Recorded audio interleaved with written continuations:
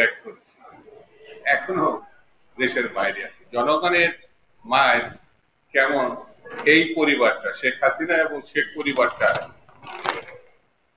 এখন 100 ভাগ জানে।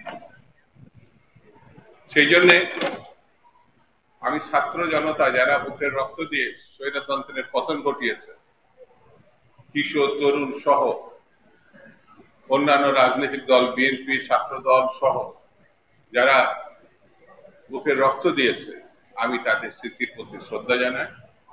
আল্লাহর দরবারে প্রার্থনা করি আল্লাহ যেন তাদের বেশি মিশে। যারা এখন আহত তাদের সুচিকিৎসার বিএনপি যেমন দায়িত্ব নিয়েছে, সরকার দায়িত্ব নিয়েছে, সকলকে আমাদের দায়িত্ব দিতে। স্বৈরতন্ত্র যেন বাংলাদেশে ফিরে আসতে না পারে, তার একমাত্র পথ গণতন্ত্র প্রতিষ্ঠা করা। গণতন্ত্র ছাড়া বাংলাদেশকে রক্ষা করা যাবে না। গণতন্ত্র ছাড়া মানুষের অধিকার ফিরিয়ে দেওয়া যাবে না। এই জিনিসটি বর্তমান সরকারকে মাথায় নিতে হবে। এখন অনেকেই বিএনপিকে আমলে নিতে চাচ্ছে না। নির্বাচন হলে নাকি বোঝা যাবে কোন দল কোন ভাবে কতটা শক্তিশালী। আমরাও তাই মনে করি। আমরাও মনে করি নির্বাচনটা খুব জরুরি। নির্বাচন হলে কারা 2টা না 3টা সিট পাবে অথবা জামানত বাজেয়াপ্ত হয়ে দেশ ছাড়া হবে, এটা নির্বাচন ছাড়া তো বোঝা যাবে না।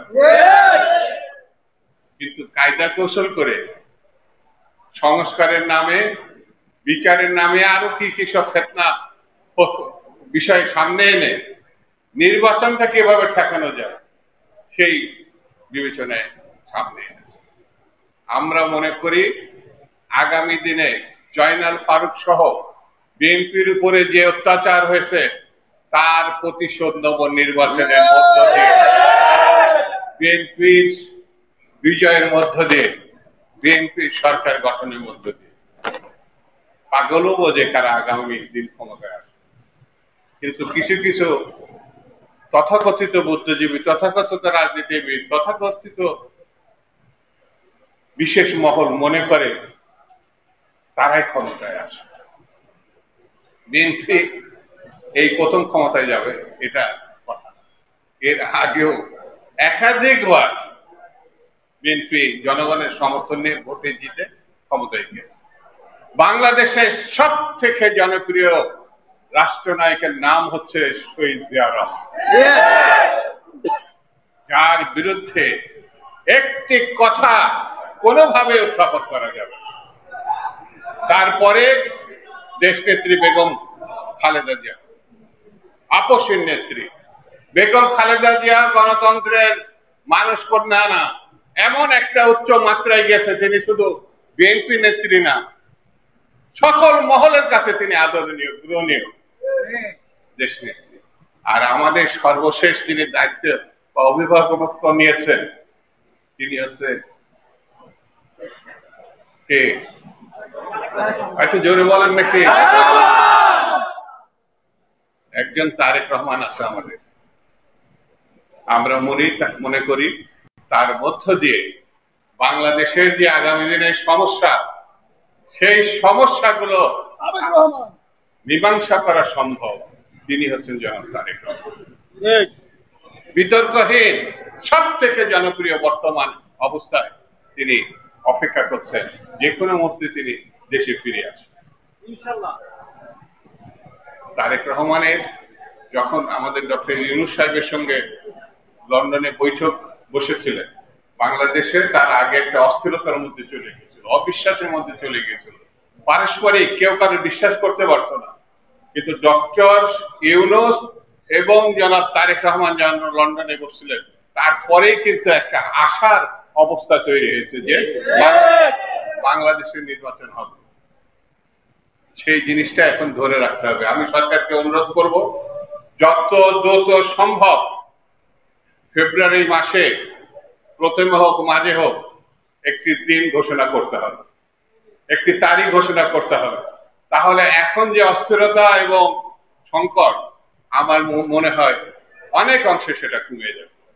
সেই জন্য আগামী দিন সকলকে ঐক্যবদ্ধ থেকে ষড়যন্ত্রকারী শক্তি পার্শ্ববর্তী দেশে বসে বসে ষড়যন্ত্রের স্বপ্ন দেখে যে কোনো মানুষকে ঠুস করে ঢুকে পড়ে।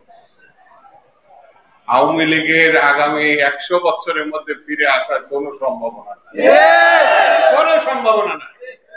আওয়ামী লীগকে হত্যা করেছে, খুন করেছে, সেই হত্যাকারী হচ্ছে শেখ হাসিনা। ফারুক রশিদ এক সময়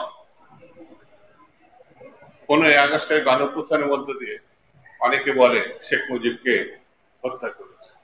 আমরা মনে করি, আমি ব্যক্তিগতভাবে মনে করি 15ই আগস্ট শেখ মুজিব নিজেই তার স্বৈরতান্ত্রিক শাসন ব্যবস্থার মধ্য দিয়ে নিজেই তৈরি করেছে, নিজেই সেই অবস্থা তৈরি করেছে। তার দায় অন্যের ঘাড়ে চাপানো ঠিক না।